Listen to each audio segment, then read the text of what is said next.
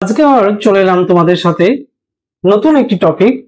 সেটি হচ্ছে এর যে কার্য রয়েছে সেই কার্যের ফলে যে সমস্ত ভূমিরূপগুলো তৈরি হয়, মূলত আজকে সেগুলো নিয়ে আলোচনা করব।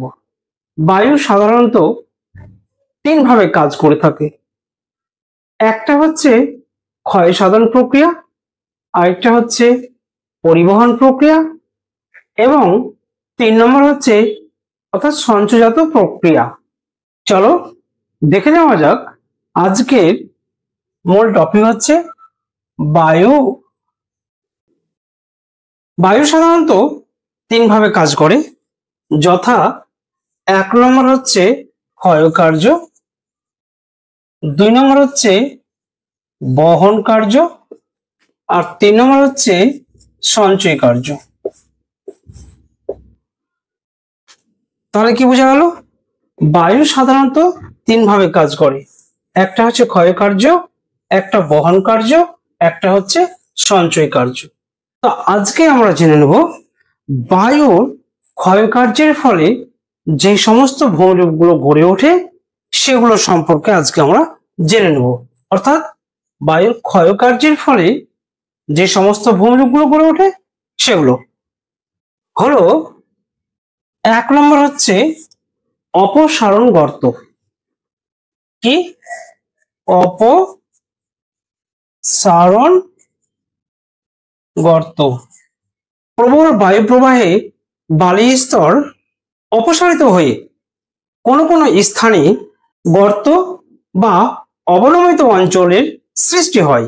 একেই বলা হয় অপবাহন, অপসারণ গর্ত বা ব্লো আউট।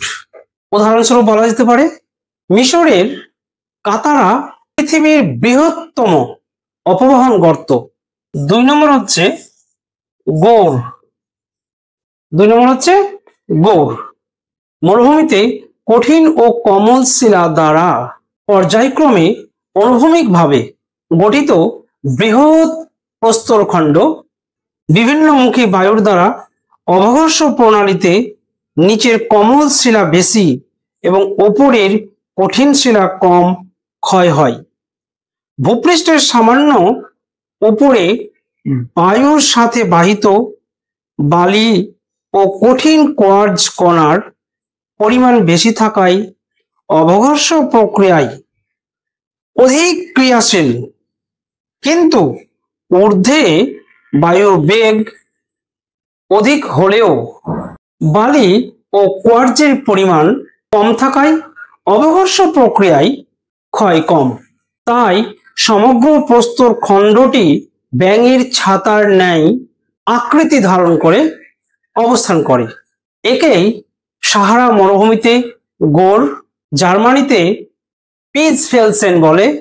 এইরকম ভূমিরূপকে মাশরুম অফ রক্স নামে অভিহিত করা হয়। 3 নম্বর হচ্ছে জুইগেন।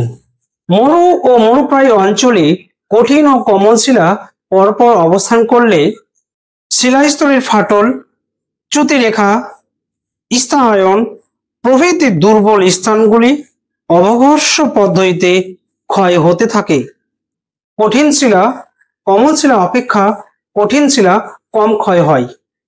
কম ক্ষয় পেয়ে প্রায় সমতল চূড়া বিশিষ্ট টেবিল আকৃতি যে ভূমিরূপ সৃষ্টি হয় তখন তাকে বলা হয় জুইগেন।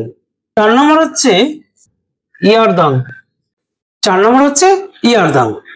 পর্যায়ক্রমে উলম্বভাবে সজ্জিত কঠিন ও কোমল শিলা দ্বারা গঠিত উচ্চভূমি অঞ্চলে বায়ু শিলাস্তরের সাথে সমান্তরালে বাহিত হলে অবঘর্ষ পদ্ধতিতে ক্ষয়কার্যে কঠিন শিলা কম ক্ষয় হয়ে রৈখিক আকারে খাড়া দেওয়ালযুক্ত ভূমি গঠন করে এবং কঠিন শিলায় মধ্যবর্তী নরম শিলা স্তর বেশি মাত্রায় ক্ষয় হয়ে সুড়ঙ্গের ন্যায় অবস্থান করে। কঠিন শিলা দ্বারা গঠিত মোরগের ঝুঁটির ন্যায় আকৃতি বিশিষ্ট যে ভূমিরূপ লক্ষ্য করা যায় তখন তাকে বলা হয় ইয়ারদাং। তারপরে হচ্ছে 5 নম্বর পেডিপ্লেন, পেডিপ্লেন ও ইনসেলবার্জ।